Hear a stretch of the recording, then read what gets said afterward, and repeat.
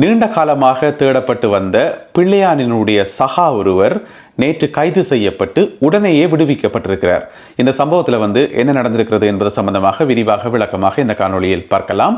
பாராளுமன்ற உறுப்பினர் இளங்குமரன் அவர்கள் கைது செய்யப்பட்டாரா, இப்படியான ஒரு செய்தி ஒன்று இருக்கிறது, அது குறித்தும் பார்க்கலாம். ரணில் விக்ரமசிங்க முக்கியமான அறிவிப்பு ஒன்றை வெளியிட்டிருக்கின்றார். தன்னுடைய கட்சி உறுப்பினர்களுக்கு சொன்ன அந்த ரகசியமான தகவல் இப்பொழுது வெளியே கசிந்திருக்கிறது. என்ன நடந்திருக்கிறது என்பது சம்பந்தமாகவும் இந்த காணொளியில் பார்க்கலாம். செவ்வந்தியினுடைய கூட்டாளி ஒருவர் பிணையில் விடுவிக்கப்பட்டிருக்கிறார், அது குறித்தும் பார்க்கலாம். இந்த செய்திகள் உட்பட மேலும் பல முக்கியமான செய்திகள் இன்றைய காணொளியில் காத்திருக்கின்றன. அத்துடன் கருத்தோவிய பகுதியில் பொதுமக்கள் வரி கட்டுறதானே அரசாங்கத்துக்கு, அந்த வரி கட்டுறது சம்பந்தமாக ஒரு கருத்தோவியம் இருக்குது. அதை நீங்கள் பார்த்துட்டு அதில் சொல்லப்பட்டிருக்கிற விஷயம் உண்மையா இல்லையான்றதை நீங்கள் கீழே சொல்லுங்க. எனவே எல்லாவற்றையும் தொகுத்து இந்த காணொளியில் பார்க்கலாம். தமிழடியான் சொந்தங்கள் அனைவருக்கும் வணக்கம். டிசம்பர் மாதம் 18ஆம் தேதி 2025ஆம் ஆண்டு வியாழக்கிழமை. வாருங்கள் காணொளிக்குள் போகலாம். குற்ற புலனாய்வு பிரிவால நீண்ட காலமாக தேடப்பட்டு கொண்டு வந்த ஒரு நபர், பிள்ளையானினுடைய மிக நெருங்கின ஒரு சகா. இப்போ நீங்கள் படத்தில் பார்க்குறீங்க, இவர் தான் பிள்ளையானோட பக்கத்தில் நிற்கிறார். இவரை நீண்ட காலமாக சிஐடி தேடிக்கொண்டு இருந்தது. என்னென்னு சொன்னால், பிள்ளையான் கைது செய்யப்பட்டவர் தானே ஏப்ரல் மாதம் 8ஆம் தேதி இந்த வருஷம். பிள்ளையான் கைது செய்யப்பட்ட உடனேயே பார்த்தீங்கன்னு சொன்னால் நாட்டில் இருந்து கொஞ்சம் பேர் தப்பி ஓடினது. பிள்ளையானோட நெருங்கி செயல்பட்டவர்கள், அவருடைய நெருங்கிய சகாக்கள் நாட்டை விட்டு வெளியேறி இருந்தவை. ஏனென்று சொன்னால் அவர்களும் கைது செய்யப்படலாம் என்று சொல்லி சொன்னபடியே பார்த்தீங்கன்னு சொன்னால் பிள்ளையானினுடைய சகாக்கள் கொஞ்சம் பேரும் ஏற்கனவே கைது செய்யப்பட்டு விளக்கமறியல்ல வைக்கப்பட்டிருக்கணும். அப்ப அதுல ஒரு ஆள் தான் அஜித் என்று சொல்லப்படுற இந்த நபர். இப்ப நீங்க படத்துல பார்க்குற இந்த நபர், இவருடைய பேர் அஜித். இவர் என்ன செய்கிறார், உடனடியாக குவைத்துக்கு தப்பி ஓடிட்டார். ஏன்னு சொன்னா தானும் கைது செய்யப்படலாம் என்று சொல்லி. அப்ப போயிட்டு குவைத்துல இருந்துட்டு இவ்வளவு காலம் இருந்துட்டு ஒரு 4 நாளைக்கு முதல் இலங்கைக்கு வந்திருக்கிறார். இலங்கைக்கு கட்டுநாயக்கால இறங்கி அப்படியே வந்திருக்கார். ஒரு பிரச்சனையுமே இல்லை. ஒரு தரம் அவரை ஏன்னு கைது செய்யவும் இல்லை, ஒரு பிரச்சனையும் இல்லை. அப்ப சத்தம் போடாம என்ன செய்கிறார், மட்டக்களப்பில் இருக்கிற தன்னுடைய வீட்டை போயிருக்கார். மட்டக்களப்பில் கொண்டையங்கேணி கிராமத்தில் தான் இவருடைய வீடு இருக்குது. அங்க போயிருந்திருக்கிறார். முதல் 4 நாளும் ஒரு பிரச்சனையுமே இல்லை. அப்ப நேற்று புதன்கிழமை திடீரென்று கொழும்புல இருந்து ஒரு சிஐடி டீம் ஒன்று அங்க போயிருக்குது. கொண்டையங்கேணிக்கு போயிட்டு இவருடைய வீட்டை போயிருக்கணும். போயிட்டு இந்த மாதிரி உங்களை நாங்கள் கைது செய்ய போறோம் என்று சொல்லி நேற்று புதன்கிழமை காலமே அவர் கைது செய்யப்பட்டவர்.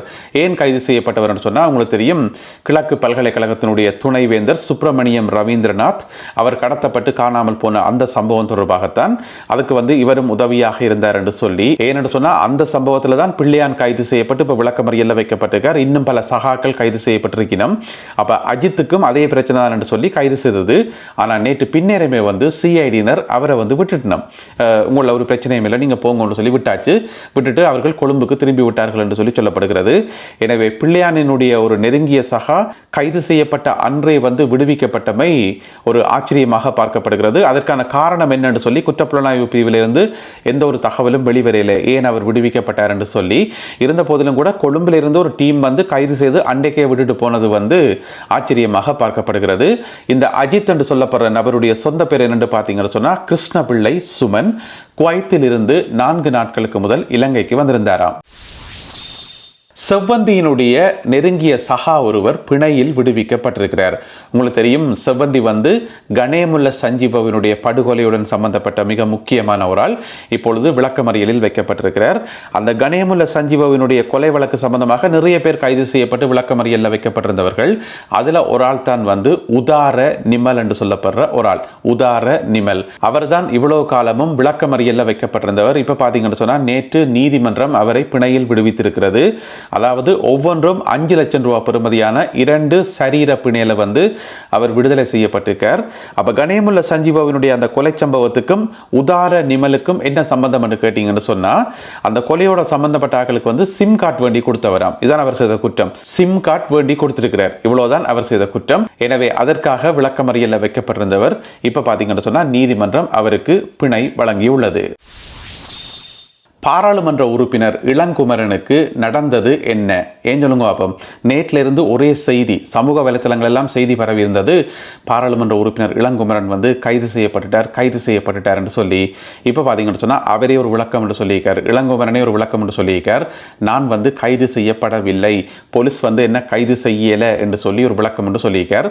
இந்த சம்பவத்தில் என்ன நடந்திருக்கு என்று சொன்னால், நீங்கள் கேள்விப்பட்டிருப்பீங்கள், இப்போ ஒரு கொஞ்ச நாளைக்கு முதல் ஒரு கிராம சேவையாளருக்கு இளங்குமரன் நீதிமன்றன் வந்து அடிச்சு போட்டார். எங்கே என்று சொன்னா ஒரு இடைத்தங்கல் முகாமில். அதாவது இந்த வெள்ளப்பெருக்கெல்லாம் வந்து மக்கள் இடம்பெயர்ந்து அந்த பிரச்சனை வந்து உச்சமா போய்க்கொண்டு இருந்தது தானே. அப்ப வந்து கிளிநொச்சியில வந்து பரந்தன் இந்து மகா வித்தியாலயம் அந்த பாடசாலையில வந்து ஒரு இடைத்தங்கல் முகாம் ஒன்று அமைக்கப்பட்டிருந்தது. அந்த இடைத்தங்கல் முகாமில் வந்து ஒரு கிராம சேவையாளர் தன்னுடைய பணிகளில் ஈடுபட்டு கொண்டு கேட்குள்ள பாராளுமன்ற உறுப்பினர் இளங்குமரன் அங்கே போய் பிறகு 2 பேருக்கும் இடையில வந்து ஏதோ வாக்குவாதம் வந்து அடிச்சு போட்டார். இதுதான் சம்பவம்.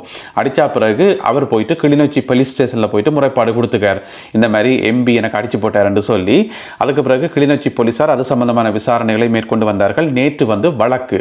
அப்ப நேற்று வழக்கு தவணைக்கு வந்து இளங்குமரன் என்ன செய்கிறார் சொன்னா தன்னுடைய சட்டத்தரணி ஊடாக ஒரு நகர்த்தல் பத்திரம் என்று சொல்றதானே அந்த நகர்த்தல் பத்திரம் ஒன்று தாக்கல் செய்திருக்கிறார். அதுக்கு பிறகு நீதிமன்றம் உத்தரவு போட்டிருக்கிறது. இளங்குமரன் அவர்கள் என்ன செய்யணும் சொன்னால் கிளிநொச்சி போலீஸ் ஸ்டேஷனில் போயிட்டு போலீஸாருக்கு முதல்ல வாக்குமூலம் கொடுக்கணும் என்று சொல்லி நீதிமன்றத்தால் உத்தரவு போட்டிருக்கிறது.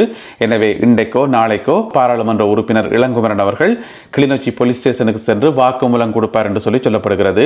என்ன பிரச்சனை என்று சொன்னால் இவர் வந்து பாராளுமன்ற உறுப்பினர், மக்களுடைய பிரதிநிதி, அவர் வந்து கிராம சேவையாளர், அவரும் வந்து மக்களுக்கு சேவை செய்கிற ஒரு ஆள் தான். எனவே 2 பேரும் வந்து ஆளுக்கால் அடிபடாமல் மக்களுக்கு சேவை செய்தீங்கன்னு சொன்னா நல்லா இருக்கும். தானே. இன்று பாராளுமன்றம் கூடுகிறது. இன்று 18ஆம் தேதியும் நாளை 19ஆம் தேதியும் விசேடமான முறையில் இந்த பாராளுமன்றம் கூடுகிறது. இந்த பாராளுமன்றத்தில் வந்து இன்றைக்கு ஒரு பிரேரணை ஒன்று முன்வைக்கப்படும் என்று சொல்லி, அதாவது 1 லட்சம் கோடி ரூபாய் 1 லட்சம் கோடி ரூபாய் காசை வந்து செலவழிக்கிறதுக்கு அனுமதி கேட்டு இன்றைக்கு ஒரு சட்டமூலம் ஒரு பிரேரணை ஒன்று முன்வைக்கப்படும் என்று சொல்லி சொல்லப்படுகிறது.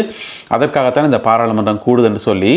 ஆனால் எதிர்க்கட்சி ஆக்கள் வந்து வேறொரு விஷயத்துக்கு வந்து பிளான் பண்ணியிருக்கணுமாம் என்று சொல்லி ஒரு தகவல் ஒன்று வந்திருக்குது. இன்றைக்கு வந்து பாராளுமன்றத்தை உண்டு இல்லை என்று ஆக்க போறோம் என்று சொல்லி எதிர்க்கட்சியை சேர்ந்த பாராளுமன்ற உறுப்பினர்கள் பிளான் பண்ணி இருக்கணுமாம் என்று சொல்லி ஒரு தகவல் ஒன்று வந்திருக்குது. ஏன் சொல்லுங்க பாப்போம். முன்னாள் சபாநாயகர் இருக்கார் தானே அசோக ரன்வல, அவர் வந்து இப்ப கிட்டல கொண்டே காரால கொண்டே இடிச்சவர் தானே. காரால கொண்டே இன்னும் ஒரு கார்ல கொண்டே இடிச்சு அதுல பயணம் செய்த 3 பேருக்கு வந்து காயம். அப்ப அந்த பிரச்சனையில வந்து அவர் வந்து அந்த டைம்ல மது போதையில் இருந்தாரா இல்லையான்னு சொல்லி பெரிய ஒரு சர்ச்சை ஒன்று போய் கொண்டிருக்குது. போலீஸ் ஒரு பக்கம் ஒழுங்கா விசாரணை நடத்தியல் என்று சொல்லி இன்னொரு சர்ச்சை. இந்த மாதிரி கணக்கு பிரச்சனை அதுக்குள்ள ஓடிக்கொண்டிருக்குது. எனவே அந்த ஒரு பிரச்சனையை வந்து ஒரு பெரிய பிரச்சனையாக்கி இன்றைக்கு பாராளுமன்றத்தில் வந்து நிறைய கேள்விகள் எல்லாம் கேட்டு அது ஒரு பெரிய பிரச்சனையாக்கணும் என்று சொல்லி எதிர்க்கட்சியை சேர்ந்த பாராளுமன்ற உறுப்பினர்கள் ஏற்கனவே பிளான் பண்ணி வச்சிருக்கிறோமாம் என்று சொல்லி ஒரு தகவல் ஒன்று வந்திருக்குது. எனவே இன்றைக்கு பொறுத்திருந்து பார்க்கணும் பாராளுமன்றம் கூடின பிறகு என்னென்ன சம்பவம் எல்லாம் நடக்குது என்று சொல்லி. இதுக்கிடையில் இந்த பிரச்சனை வந்து அரசாங்கத்துக்கு ஒரு நெருக்கடியாக தான் இருக்குது. ஏனென்று சொன்னால் அவர் வந்து அன்றைக்கு மது போதையில் தான் வாகனம் ஓடினாரா இல்லையா என்று சொல்லி, மது போதையில் தான் வாகனம் ஓடினார் என்று சொல்லி எதிர்க்கட்சியாக்கள் சொல்லி கொண்டிருக்கணும். போலீஸ் வந்து டெஸ்ட் எடுக்கல உடனடியாக, அது ஒரு பிரச்சனை. அப்போ அரசாங்கம் என்ன யோசிக்குதான்னு சொன்னால் அரசாங்கத்தினுடைய மேல்மட்டம் தற்காலிகமாக இவரை பதவியிலேருந்து நீக்கி விடுவோம், தற்காலிகமாக ஒரு பதவியை நீக்கி போட்டு பிறகு கொஞ்ச நாள் போக இந்த பிரச்சனை எல்லாம் ஓஞ்சா பிறகு திருப்பி பதவியை கொடுப்போம், பாராளுமன்ற உறுப்பினர் பதவியை கொடுப்போம் என்று சொல்லி அரசாங்கத்துக்குள்ள ஒரு பேச்சுவார்த்தை நடக்குது, ஒரு கலந்துரையாடல் நடக்குது என்று சொல்லி சொல்லப்படுது. என்ன நடக்கப் போகுது என்பதை பொறுத்திருந்து பார்ப்போம். ரணில் விக்ரமசிங்க முக்கியமான அறிவிப்பு ஒன்றை வெளியிட்டிருக்கிறாராம் தன்னுடைய கட்சி உறுப்பினர்கள் மத்தியில். ஆனால் அந்த ரகசியமான அந்த அறிவிப்பு வந்து இப்போ வெளியில் வந்துட்டுது. ரகசியம் கசிஞ்சு போச்சுது. என்னென்னு சொன்னால் ஸ்ரீகோத்தா இருக்குத்தானே அவர்களுடைய தலைமை காரியாலயம், அங்கே வந்து நேற்று ஒரு கூட்டம் ஒன்று நடந்திருக்குது. என்ன நடக்குதுன்னு சொன்னால் ஐக்கிய தேசிய கட்சியையும் எஸ்ஜேபி கட்சி இருக்குத்தானே சஜித் பிரேமதாசன் கட்சி, இந்த 2 கட்சியும் வந்து இணைக்கணும் என்று சொல்லி ஐக்கிய தேசிய கட்சிக்குள்ளேயும் கொஞ்சம் பேர் விரும்பினமாம், அதே மாதிரி எஸ்ஜேபி கட்சிக்குள்ளேயும் கொஞ்சம் பேர் விரும்பினமாம். ஏன் சொல்லுங்க பாப்போம். 2ஐயும் இணைச்சு ஏதாவது செய்தால் மட்டும்தான் அடுத்த ஆட்சியை பிடிக்கிறத பற்றி சிந்திக்க முடியுமே தவிர மற்றபடி இப்படியே இருந்தோம் என்று சொன்னால் ஆட்சியை கடைசி வரைக்கும் பிடிக்கலாது, என்பிபி அரசாங்கத்தை வந்து அசைக்கவே முடியான்னு சொல்லி தங்களுக்குள்ள கதைச்சு, அதனால 2 கட்சியை இணைக்கிறதுக்கு ஒரு குழு ஒன்று அமைக்கப்பட்டு ஐக்கிய தேசிய கட்சியிலேயும் ஒரு குழு, அப்புறம் அங்கால எஸ்ஜேபி கட்சியிலேயும் வந்து ஒரு குழு அமைக்கப்பட்டு இந்த குழு வந்து அடிக்கடி பேச்சுவார்த்தையில் ஈடுபடுதான். எப்படி இணைக்கிறது, என்ன செய்யணும்னு சொல்லி நாங்கள் கட்டாயம் சேர்ந்து செயல்படணும் என்று சொல்லி. என்ன பிரச்சனை சொன்னால் அந்த குழு என்ன செய்யுது, என்னென்ன விஷயங்கள் எல்லாம் கதைச்சு கொள்ளினோம் என்று சொல்லி ஒரு விதமான தகவலும் ஐக்கிய தேசிய கட்சியினுடைய தலைவர் ரணில் விக்ரமசிங்கவுக்கு சொல்லப்படையிலையாம். அதனால அவருக்கு கொஞ்சம் டவுட் வந்துட்டு கோபமும் வந்துட்டுது. அப்போ நேற்று வந்து கூட்டத்தில் வந்து காரசாரமாக கத்திக்கார். இந்த மாதிரி நீங்கள் ஏதோ உங்களுக்குள்ள கூடி கூடி கதைக்கிறீங்கள், என்னென்னலாம் பிளான் போடுறீங்க, எனக்கு ஒன்றுமே சொல்றீங்க இல்லை, அப்பயே நான் கட்சியின் தலைவர் என்று இருக்கணும், எனக்கு தெரியாமல் நீங்கள் உங்களோட பாட்டில் செய்வீங்களா என்று சொல்லி கொந்தளிச்சு போட்டு சொல்லிக்கார். நான் வந்து ஒரு தடைக்கல் என்று சொன்னால் சொல்லுங்க நேர, நான் விட்டுட்டு போறேன், எனக்கு இந்த பதவி பதவியும் தேவையில்லை, ஒன்றும் தேவையில்லை, நான் விட்டுட்டு விலகி போறேன்னு சொல்லி காரசாரமாக பேசியிருக்கிறார் ரணில் விக்ரமசிங்க.